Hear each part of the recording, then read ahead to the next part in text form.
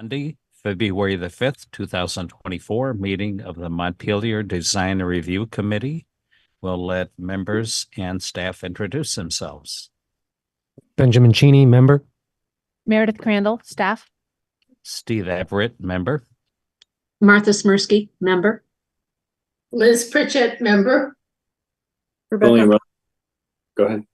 Rebecca Owens, member. William Russell, member. Okay, and we'll at this point let Meredith review the remote meeting procedures and process. Okay. I'm going to make one request. Is there, for ORCA, is there any way to shift the camera? Oh, you just did it. Awesome. Thank you. You're awesome. Okay, so I'm going to be sharing my screen here in just a second. I'm out of practice doing this all on one little screen.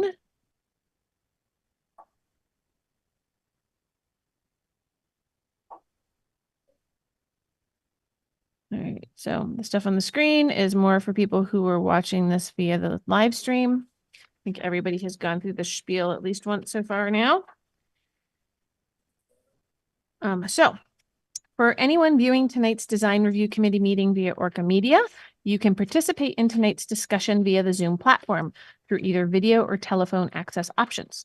So if you wanted to have the full video experience, you can type this link into your web browser, and I'll get a little notification that you want to come into the meeting. Alternatively, you can dial in using this phone number, and when prompted, put in this meeting ID. And again, I'll have a prompt to let you into the meeting. If anyone is having problems accessing the meeting, please email me at mcrandall@montpelier-vt.org. For anyone attending via Zoom, turning your video on is optional. And if you are having problems with delays or hearing everything properly, actually turning off your video can make a big difference and make sure that at least the sound is nice and clear. We also ask that everyone please keep your microphone on mute when you're not speaking. This helps reduce background noise. Reminder that the Zoom chat function should be used only for troubleshooting or logistics questions. I'm going to skip over a bunch of the other stuff because right now all we have on remotely are members and ORCA. If somebody from the public comes in, especially if it's somebody I don't recognize, do be aware that I may shut down things and have everybody muted until I can determine exactly who it is and make sure that they're on for a committee item. All right, and then please note that in the event the public is unable to access this meeting, and I would find that out via my email, the meeting will need to be continued to a time, place, and certain. All right, I will hand the meeting back over to the chair. At this point, if members have had a chance to look at the agenda, do I hear a motion to approve the agenda? So moved. And I'll second it. This is Martha. All in favor of the agenda, speak your names. Ben. Martha. Liz. Stephen. And William, you'll be at the fifth vote because Rebecca's not voting tonight. I think William's muted. Yep. William, sorry. It's okay. Okay, thank you.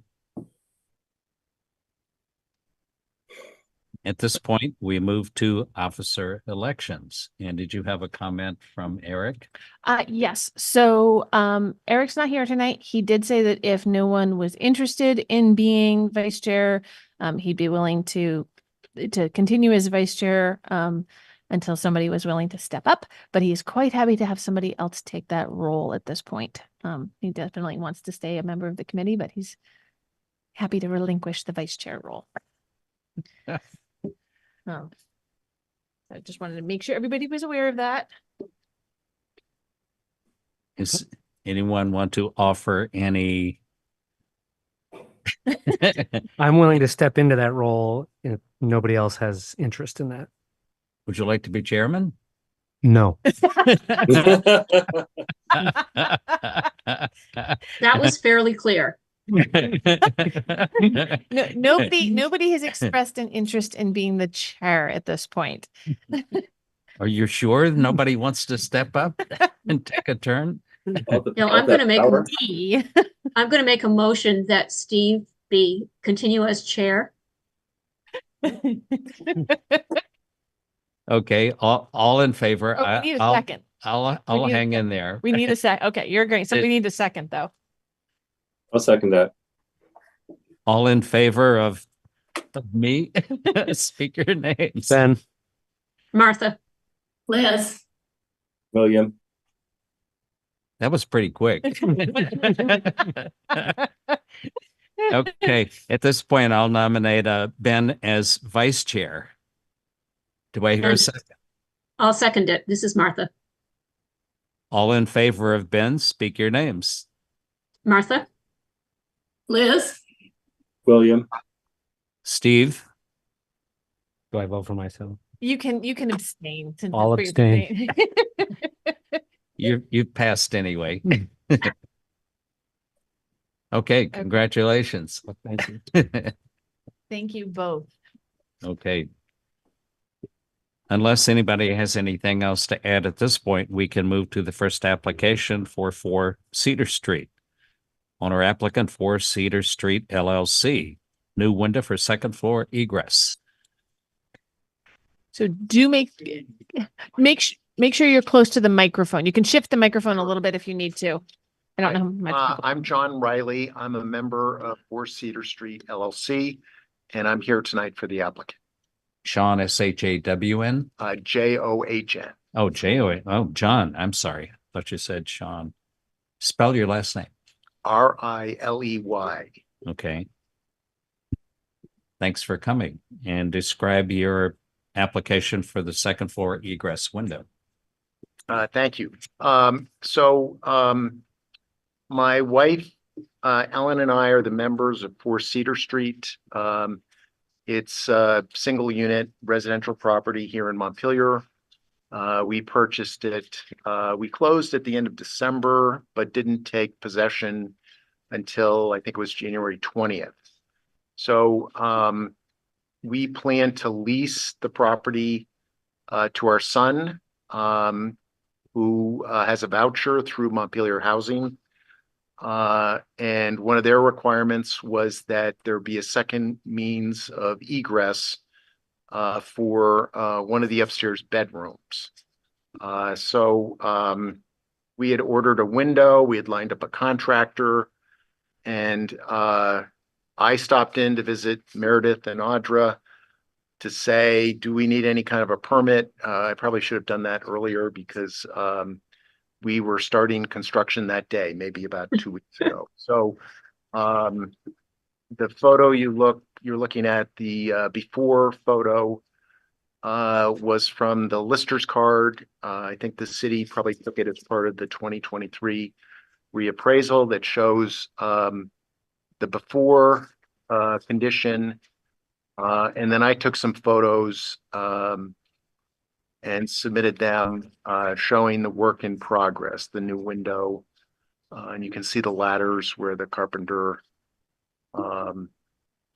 had installed it. And I think there's some photos from the inside depicting the window. The particular property, it's there's a retaining wall on, I guess it would be the north facing side of the house, which you can't see here, but it's where it drops down maybe another 5 feet. So if that egress window was on the 6 to 8 Cedar Street side, it would be a pretty significant drop if there was a fire and somebody had to get out. So the new window is 3x4. It meets the egress standards. It's been inspected by both Montpelier Housing Authority and Upper Valley Services, and they've approved it as meeting their safety requirements. So, I did a quick look at the design review criteria. It's a nice little house, but I don't know that there's anything specifically historic about it. The existing windows and entrances have very little decorative trim or things like that. So we're here to seek the committee's approval for the window. John, are there more than one unit in that building? Just one unit, Okay, 2 bedrooms upstairs. okay, It's 1,200 square feet, 600 on the first floor and 600 on the second floor, okay. or less. Right, and it's not a contributing structure in the Montpelier Historic District. I think it was originally a carriage barn. That's my understanding. Yeah, there was we've been told there was a fire. In fact, we saw evidence of it as we, cut into the wall to create the new window opening. And then it was renovated maybe in the late 1980s, thereabouts. It was connected to the building to the front to Cedar Street. And I think the owners of 2 and 4 created a condominium in the late 1990s because they couldn't separately convey the residential structures. So it's actually a 2-unit condominium or part of a 2-unit condominium. Thank you. Quick question. From the window, is there a ladder or something in order to get down, or is it just required that there be an opening there to access for, say, the fire department? My understanding, there's no requirement for a ladder or a rope or some means of descending. The assumption is the fire department would respond and you could jump out the window or drop, I guess. Yeah, it's been a while since I've read the residential code, but I believe that this is actually a secondary means of escape by the code rather than egress, which typically residential codes allow. The building inspector would have jurisdiction over that. We wouldn't. But just in case anyone asks, it might be more accurate to describe it as a means of escape.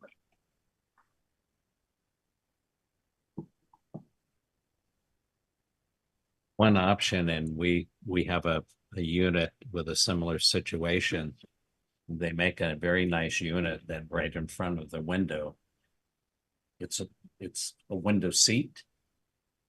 The top flips backwards, and inside there's a fire ladder. And you crank open the window, and you flip the window seat back. You take the fire ladder out and you throw it out the window, and it goes down and hangs down to the ground. And it's a pretty handy unit. It's not super expensive. And again, that's as long as the code doesn't require it, but that's another option for you that gives you an easy means of getting out. Yeah. In case you decide to do that. And again, it's built as a window seat and it literally bolts to the floor. And then again, inside the top flips out. So instead of sitting on it, you just flip it out. The ladder's inside, you take it, throw it out the window, and it comes down and you can climb out. And that product would be called like a window seat? Window seat fire ladder. Okay. We'll look into it. And again, that just we have one, it works pretty well. I actually tried Of course you did. it. Well, it's good to know because you don't want to wait until an emergency. And it actually has standoffs. You can get it. It has standoffs, so it holds the ladder away from the building so that you actually have a place to put your feet as you climb down. Okay. So just a little note, Steve, I did mess up on this form and that I left the for historic structures stuff in here because I forgot that it's non-contributing. So all the Okay. historic structures extras in here, you can just X off. Okay, Well, I'll just circle NA on those. I mean, you still have the base standard that Yes. applies. It's just, the For historic structures. the historic add-ons Okay, and Well, those- elevated criteria don't apply. those will be acceptable anyway. Yeah. But Any members have any questions, comments, or suggestions? No? I don't know that mean, my only comment is it's always a bummer when we get things that come to us that have already been built. Yeah. And No. there's no, it's just that's a bummer. And Yeah. that's my comment. And my apologies. I live in a rural town. I'm on the zoning board. I'm the chair of the zoning board. And we don't have design review. The work we're doing is largely interior. Yeah. It was kind of an after the fact whether we even needed a permit. So I'm sorry. Yeah. Knowing No, that. that's okay. It's not the first time it's happened. Yes, It's I did. not. Well, anyway, we'll move forward with your application. We have to read through a set of criteria for all projects. Exterior design and materials of new construction or alterations of existing buildings shall be consistent and compatible with the characteristics of the existing building or other properties in the district. For historic structures, even though this doesn't fit under the historic structure criteria, removal of historic materials or alteration of features and spaces that characterize an historic property shall be avoided. Character defining features, finishes, and construction techniques or examples of craftsmanship that characterize an historic building shall be preserved. Deteriorated defining features shall be repaired rather than replaced. I'll just move forward. Any treatments that cause damage not apply here. So in this particular case, we'll just call it acceptable within that criteria. For existing buildings shall be recognized as a physical record of their time, place, and use. For historic structures, and again, we'll call that not applicable here if it doesn't fit. Or are you saying it does fit the? Okay. Yes. Subset that The applies. to subset. historic- So it's just, you can just X out that historic structures bit. You Okay. still have to apply. What's in bold, the existing buildings shall be recognized as Okay, a physical so record we'll of the call- time, place, and call use. We'll call that acceptable. Yeah. Proposed landscaping not applicable. Location and appearance of utilities, mechanical equipment not applicable.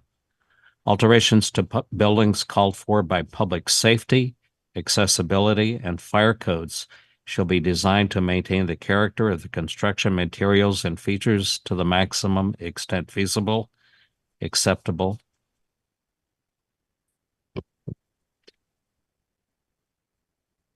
Moving down, proportion, compatibility of relationship between width and height of facades as well as relationship of width to height of windows and doors, acceptable at this location for that purpose. Rhythm, the visual patterns established by the alterations of solid walls and openings, windows and doors, and the facade of buildings shall create a rhythm, acceptable. Roof shape and equipment not applicable. Architectural features, including but not limited to cornices, windows, shutters, fan lights, entablature, trim, and other forms of molding or character defining detailing prevailing on the existing building shall be considered in the alteration of a building. Again, for historic structures, architectural features shall not duplicate but shall respect, and in this case, that's acceptable within that category. And And that last page is just lastly, 17 and windows. 18 are only for historic structures, so that's one I messed up. So there's no 17 and 18 So- applicable today. Not applicable. Yeah. And based on those criteria, all in favor of the application, speak your names. Ben, This is Martha. I say yes. Liz, yes. William, yes. Steve, yes. So we have 5-0 in favor. So you're here, so we'll have you sign this form, John, once Steve's done. And then we should be able to get this permit out tomorrow. Awesome. Do you want us to email you when it's ready and you want to just come pick it up? Sure. Okay. Yeah. Cool. Since you're Gonna come up, right around the corner. sign just below my name on that box there.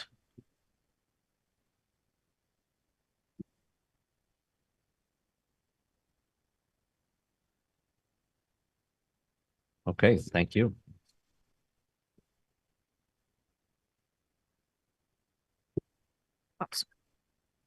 Then Meredith, I think the interior work where we opened up the wall is pretty much done. Okay, so that's all with Michelle Savory. So that'll be the building permit part. So she Just email her when Yeah. she would like to come look at it. Yep. Okay, email Michelle and set up a time for her to come take a peek. great. And then that's Okay, you'll probably need to do the whole certificate of occupancy process. There's an extra form that came with your building permit packet. You fill that out to attest that everything's done and tally up what the actual cost was. Yeah. But you can email Michelle and let her know and she'll give you the particulars. perfect. Awesome. Okay, thank you. Thank you. Thank you very much for coming and Thank good you. luck with the finish of your project. Thank you.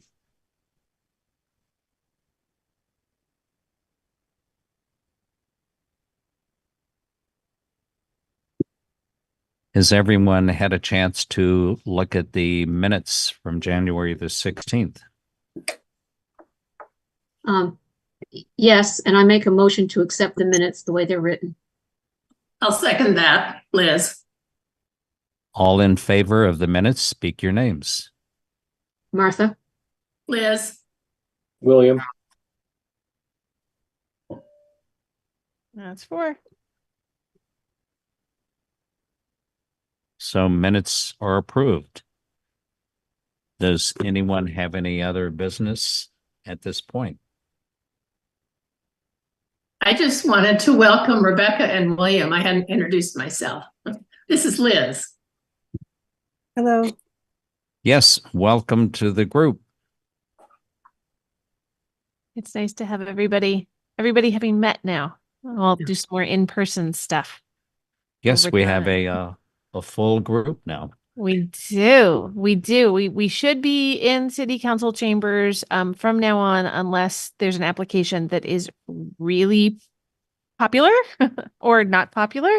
In which case we'll have to find a bigger space either in the senior center or maybe in the high school if it's really crazy. But hopefully the senior center would have enough space because there's not room for more than like 10 people. They have more chairs than that in here, but then everybody's really wedged in.